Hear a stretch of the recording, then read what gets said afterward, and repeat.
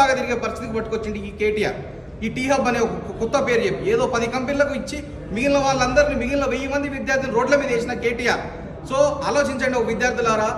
ఇంకొక విషయం ఏం చెప్తున్నా అంటే ఈ ఏదైతే మనకు మన ఈ ధరణి పోర్టల్ ఉందో లేకపోతే తెలంగాణ స్టేట్ ఎడ్యుకేషన్ పోర్టల్ ఉందో, ఇది తెలంగాణ స్టేట్ ఎడ్యుకేషన్ పోర్టల్ ఏమో టీసీఎస్కి ఇచ్చినాడు, ధరణి పోర్టల్ ఏమో వేరే ప్రైవేట్ కంపెనీకి ఇచ్చినాడు. ఇప్పుడు ఇదే కంపెనీలు వాళ్ళకి ఇవ్వడం కాకుండా ఇక్కడ నువ్వు ఒక టీమ్ లీడర్ని పెట్టి నువ్వు ఒక హెడ్ని పెట్టి మన తెలంగాణ విద్యార్థులు హైలీ క్వాలిఫైడ్ ఉన్నాడు, హైలీ చదువుకున్న వాళ్ళు ఉన్నారు, వాళ్ళని పెట్టి నువ్వు ఇదే సిస్టమ్ని ఇదే సాఫ్ట్వేర్ని డెవలప్ చేసుకొని తెలంగాణ మొత్తం నువ్వు దాన్ని రన్ చేసే క్యాపబిలిటీస్ ఉన్నాయి. ఎందుకు చేయట్లేవు? కమిషన్ల కోసమా? దేనికోసం?